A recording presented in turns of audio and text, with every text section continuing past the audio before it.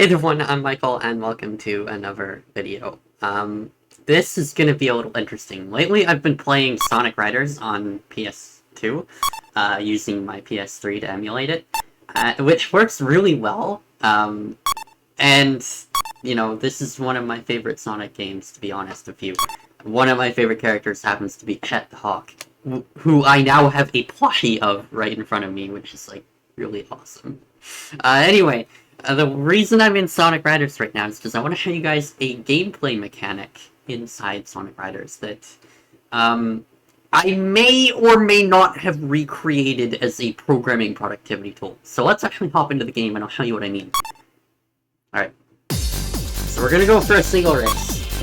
And I promise I won't take too long on this. We're gonna go into Metal City. And we're gonna go, obviously, as Chet the Hawk here.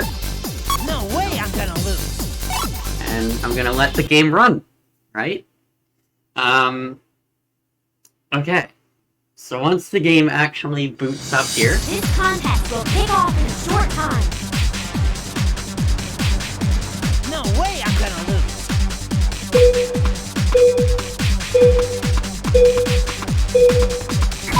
I don't even care.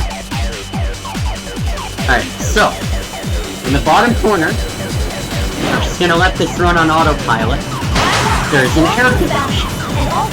Now as I play, I am depleting my air. And the entire point of this is to, you know, keep your air supply up, otherwise you'll run out of air and you won't be able to use your extreme gear anymore.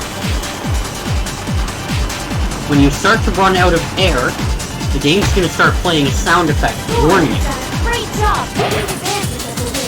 Thank you, Chet, for collecting a power-up that is really not helping me right now.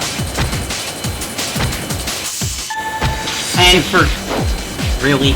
You know what, there's an easy way to fix this. Let's just start dashing.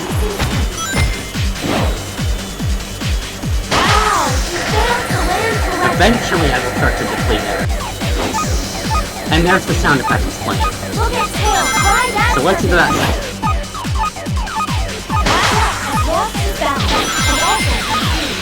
Oh god.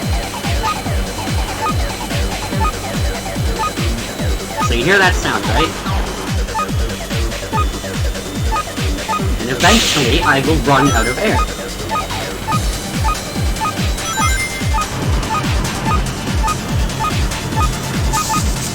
Or I can just do that. But you get the point. Once you run out of air, you can no longer ride your gear, and you will end up on foot, which will give you a massive speed disadvantage. Okay, so that's the mechanic. Let's quit out of the game. And now what I need to do is, you know, get out of the main game area, and Sonic Riders has an extras menu. And if you go inside here, there is an audio room. And you can go to stage BPM, and you can play any number of, or any one of the track theme songs that plays. For example, Metal City.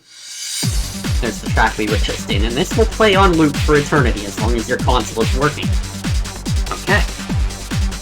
So, this is a program I wrote. As you can hear, okay, we're gonna zoom this in a little. This is a program I wrote called Airflow. What it does is it's supposed to describe to you what it does, but there's a bug in it that prevents that type of motion. But Airflow, what it does is, as you can probably tell by the sounds it's making as I navigate through the menus, what it does is, first of all, we select a program in Windows, or some sort of audio source. For example, actually I don't see the one that I want. Let's go with SBC Host. As you can hear, my volume for Sonic Riders itself has gone down to 25%, which is what I programmed it to do.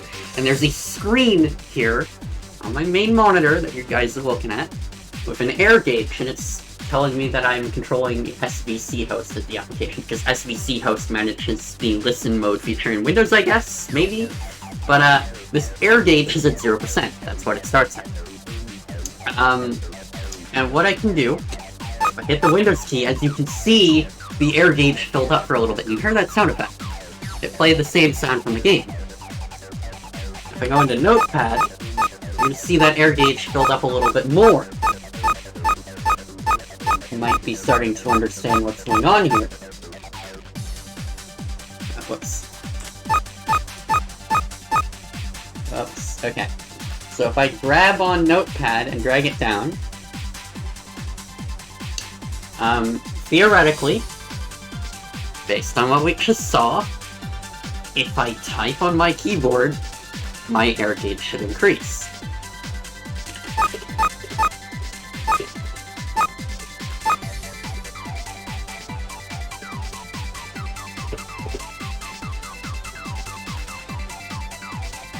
Alright, so it did. Now what happens if it hits 100%?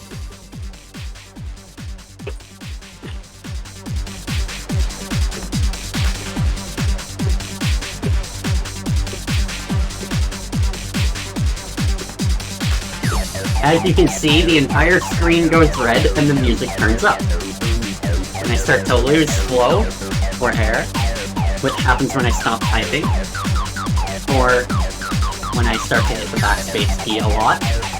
You can see it's depleting really quickly there. Eventually we will hit below a third of my flow, and that sound effect will start playing. Then, we hit 10%.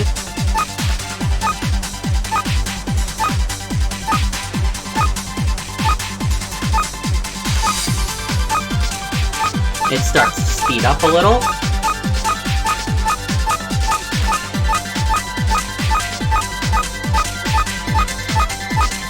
Until we hit 0% flow, and the music turns back down.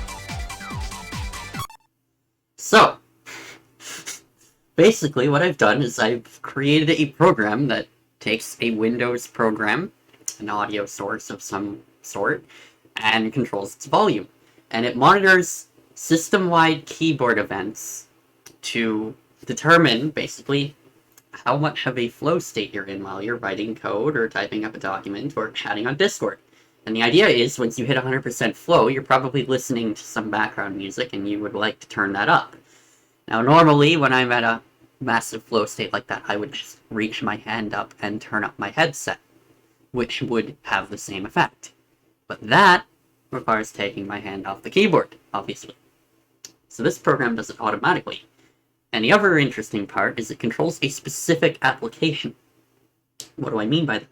Well, if I just start the application, or start the music up again, you'll hear that it's, quiet, and, I'm not in much of a flow state right now. But if I actually, open up JetBrains Writer, which it will monitor, the reason I wanted to control a single application instead is, first of all, I can hear that warning sound. But second of all, it doesn't affect public class program, my screen reader. So, I could be typing up a bunch of code. I don't know what I would type, but I can cheat this. If I just hit page up and then start doing double control and then down, you're gonna rack up a whole bunch of flow.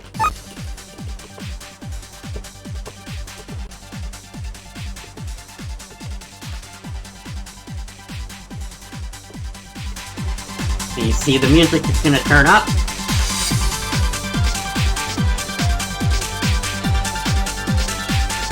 Right? Okay.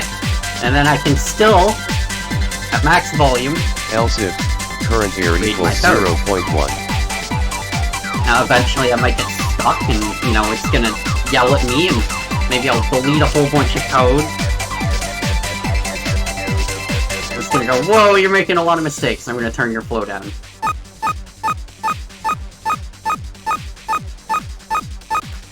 Right. Now I am actually going to spam a whole bunch of keys and then close out of the program just so that it doesn't futz around with the audio on my actual system, because this is persistent, it does not revert the changes that it makes to your audio settings. So we're gonna close out of that. Alright. There we go. So I've stopped the music. Now, why would I write a program like this? Well, I already explained what the use case for me is. I like to have that sort of sense of flow, and I listen to a lot of music when programming. Oftentimes, it is actually the Sonic Riders soundtrack. But there's actually there are actually other extensions and programs that do this. Visual Studio Code has one. It's called CodeFlow. Now, the problem with CodeFlow is it only works inside Visual Studio Code, and specifically inside the code editor.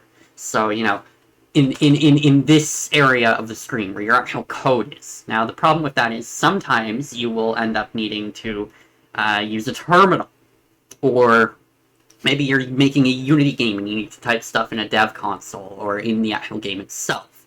Or maybe you are working on a team project and you need to communicate with some Discord members while in that team. For example, me working on Restitched, I need to talk with Trixel a lot. In all of those scenarios, or maybe you're looking things up on Stack Overflow or Google or whatnot, you're still going to be typing, but you're not going to be typing in the actual code editor. But you still will have a sense of flow. You'll still be concentrated and in that flow state. But it's punishing you for not typing specifically in the code editor, and I think that's not good. I would want this to run system-wide, and CodeFlow doesn't support that.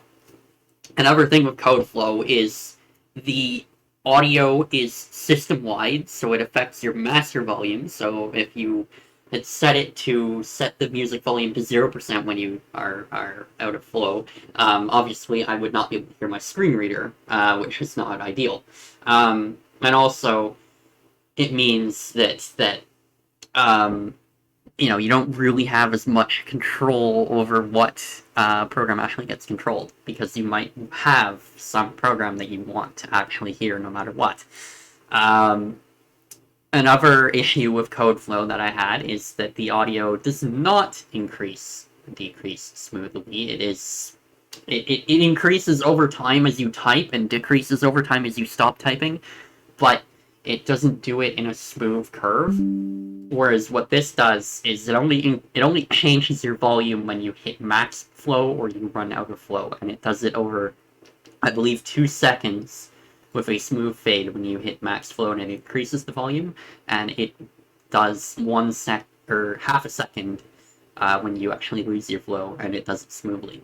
And I think that's more pleasing on the ears. Now, obviously, I would like to, you know, improve the code for this a little. There's a lot of warnings and errors and stuff like that. This is more fitting the Restitched coding guidelines, but I don't have those enabled, so it's yelling at me about those. I'm not considering nullability. This code is very rushed. I wrote it in a few hours, but it does the job, and I think it's really cool, and I might make it open source. Before I end this video off, I want to say a huge thank you to the Sonic Riders Regravidified Discord and the Sonic Riders DX Discord. Both are the same actual server. I just wanted to thank both mods. They have helped me out with actually getting these sound effects. We have we actually have a lot of, there's 4 sound effects from Sonic Riders that are in this, and I'll show them off if I run the application here. And I want to thank the Sonic Riders DX Discord for helping me get sound effects. You actually can get most of them online, but the one sound that I actually needed, you can't, so that's great. But we have, you know, this, that sound effect that plays when you navigate the game's UI with the D-pad. We have the select sound when you actually click on something, and then if you hit the backspace key, it plays the back sound. You know.